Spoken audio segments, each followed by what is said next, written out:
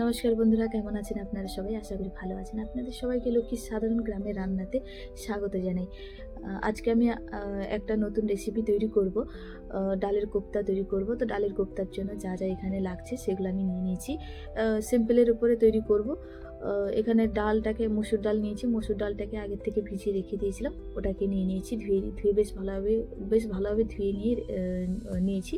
আর এখানে আলু কেটে নিয়েছি টুকরো টুকরো করে, এবং ধুয়েও নিয়েছি। আর এখানে আদা রসুন আছে, আর আদা রসুনটাকে বাটবো। কাঁচা লঙ্কাও সঙ্গে নিয়েছি, শুকনো লঙ্কাও আছে, সেটাকে আমি এখানে দেখাইনি।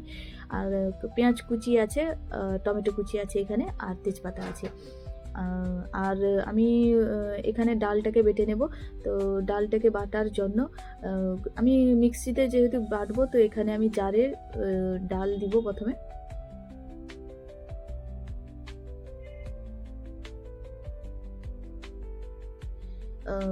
আর এখানে কোপ্তার জন্য লাগছে তোমার এখানে হলুদ, লবণ, তেল, এগুলো তো লাগছে। সঙ্গে 5 ফোড়ন আছে, শুকনো লঙ্কা, এলাচ, লবঙ্গ আর মিষ্টি কাঠও আছে।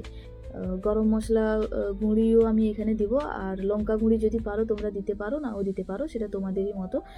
আর আমি এখানে ডাল যে বাটবো তার সঙ্গে আমি এখানে কাঁচা লঙ্কা, আদা কুচি সামান্য, আর এখানে আমি রসুনও 2-4টা দেবো, আর সঙ্গে পেঁয়াজও দেবো।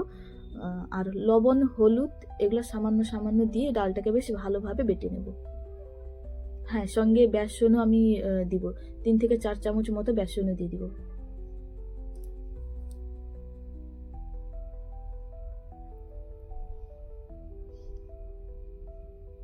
সঙ্গে সামান্য জিরা,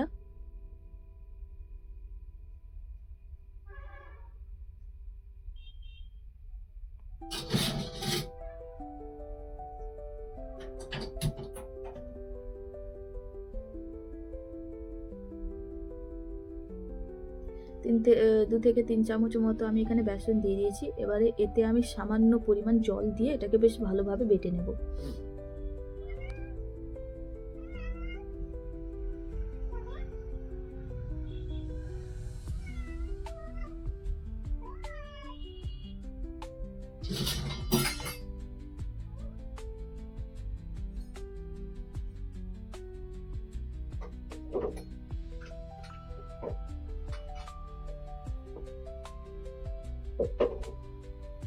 এখানে ওভেনে আমি কড়াটাকে বসিয়ে দিয়েছি। এবার এই যে ডালটা দেখো, ডালটাকেও বেশ ভালোভাবে বেটে নিয়েছি, দেখতেই পাচ্ছ। এই ডালে তোমরা একটা কাজ করতে পারো, খাবার সোডা গুঁড়ি একটু পারলে দিতে পারো, দিলে ভালো ভাজাটা ভালো ভালো মানে ভালো হয়। এখানে কড়াতে আমি পরিমাণ মতো তেল দিয়ে দিলাম।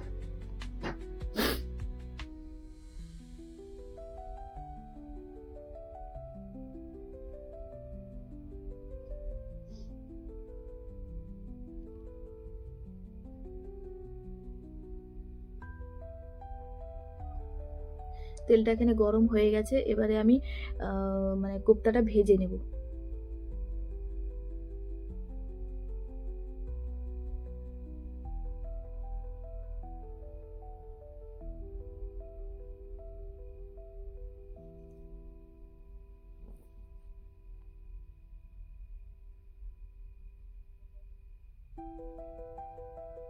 দেখতেই পাচ্ছ অনেকটা কিন্তু ভাজা হয়ে গেছে, অনেকটা কি বলতে গেলে প্রায় ভাজা হয়ে গেছে। এবারে এটাকে তুলে নেব।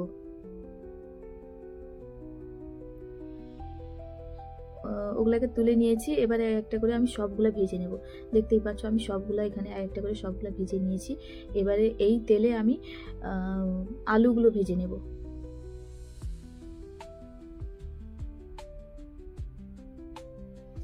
তো আমি এখানে আলু দিয়ে দিলাম, সঙ্গে পরিমাণ মতো লবণ দিয়ে দিব।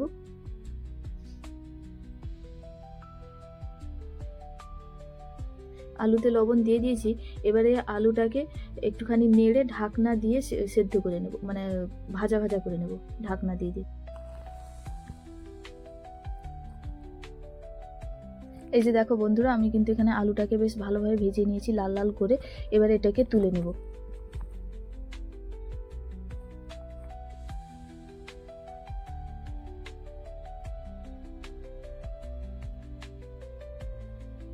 আলু আর কোপ্তাটাকে একটা থালাতে একসঙ্গে রেখেছি।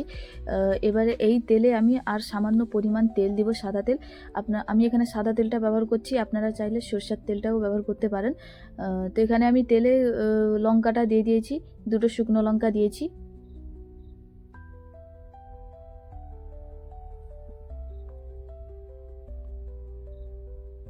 লঙ্কাটা ভাজা ভাজা হয়ে গেছে। এবার এতে আমি 5 ফোড়ন দিয়ে দিলাম। আপনারা চাইলে 5 ফোড়নের বদলে কালো জিরেও ব্যবহার করতে পারেন, খেতে খুবই ভালো হয় আরও। তো এখানে মানে মশলাগুলো হয়ে গেছে। এবারে এই তেলে আমি পেঁয়াজ বাটাটা দিয়ে দিয়েছি।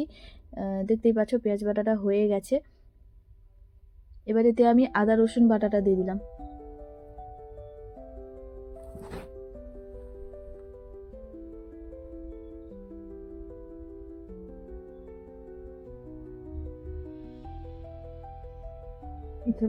কালকে ফোন কর।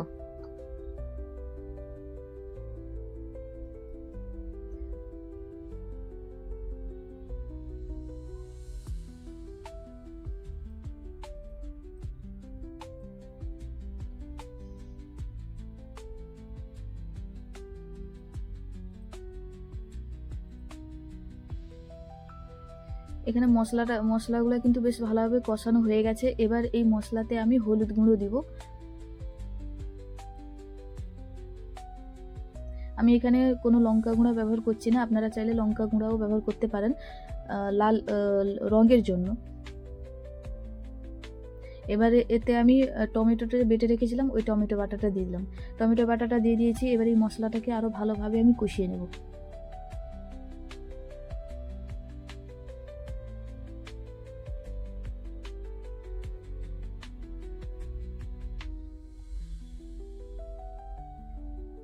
মশলাগুলো কষানো হয়ে গেছে। এবার এতে আমি সামান্য পরিমাণ জল দিয়ে দিব। জলটা দিয়ে দিয়েছি। এবারে এই মশলাটাকে আমি আরও ভালোভাবে কষিয়ে নেব। তেজপাতাও দিয়ে দিলাম এখানে।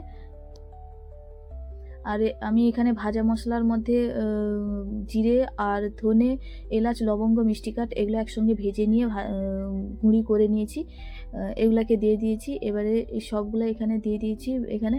তো এই মশলাটাকে আরও ভালোভাবে আমি কষিয়ে নেব।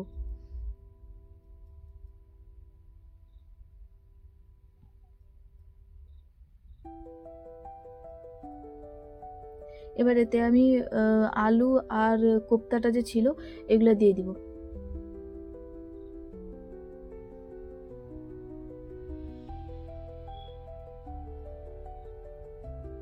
সবগুলো এখানে সব কিছু দিয়ে দিয়েছি। এবারে এটাকে মশলার সঙ্গে বেশ ভালোভাবে মিশিয়ে নিয়ে পরিমাণ মতো আমি এখানে জল দিয়ে দিব।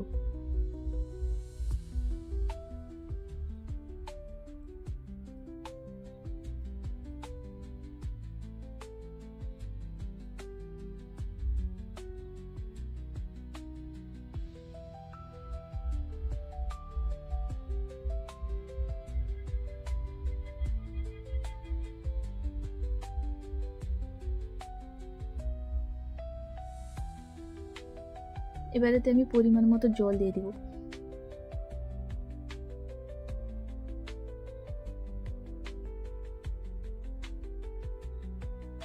জলটা দিয়ে দিয়েছি। এবারেতে আমি লবণ দিয়ে পরিমাণ মতো লবণ দিয়ে বেশ ভালোভাবে এটাকে ফুটিয়ে নেব।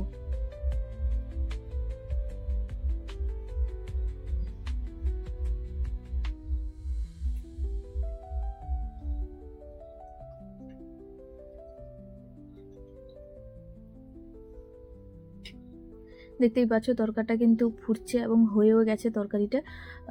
এতে আমি মানে 1 চামচ মতো ঘি দিব। আমি এখানে ধনে পাতাটা ব্যবহার করিনি, আপনারা চাইলে ধনে পাতাটাও দিতে পারেন, খুবই খেতে ভালো লাগে সেটা দিলে। তো এখানে ঘিটা দিয়ে দিয়েছি। এবারে ওভেনটা বন্ধ করে কিছুক্ষণ ঢাকনা দিয়ে এটাকে রেখে দেবো। এটা সত্যি খুবই খুবই ভালো খেতে লাগে।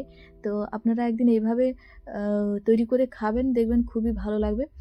এই যে দেখো তরকারিটা কিন্তু হয়ে গেছে এবং নামিয়েও নিয়েছি, দেখতেই পাচ্ছ। খুবই ভালোভাবে তরকারিটা হয়েছে, খেতেও খুবই সুস্বাদু হয়েছে। তো আমি তোমাদেরকে এখানে একটা কোপ্তা তুলে দেখাচ্ছি। কোপ্তাগুলো কিন্তু খুবই নরম হয়েছে। এই যে দেখো। তো কেমন লেগেছে অবশ্যই তোমরা কমেন্টে জানাবে এবং তোমরা অবশ্যই ঘরে নিজেরা ট্রাই করে এটা দেখতে পারো। তো খুবই খুবই ভালো লাগে এটা খেতে। তো তো ভালো লেগে থাকলে লাইক, কমেন্ট, শেয়ার এবং সাবস্ক্রাইব করে দিবেন। ভালো থাকবেন, সুখে থাকবেন। অসংখ্য ধন্যবাদ।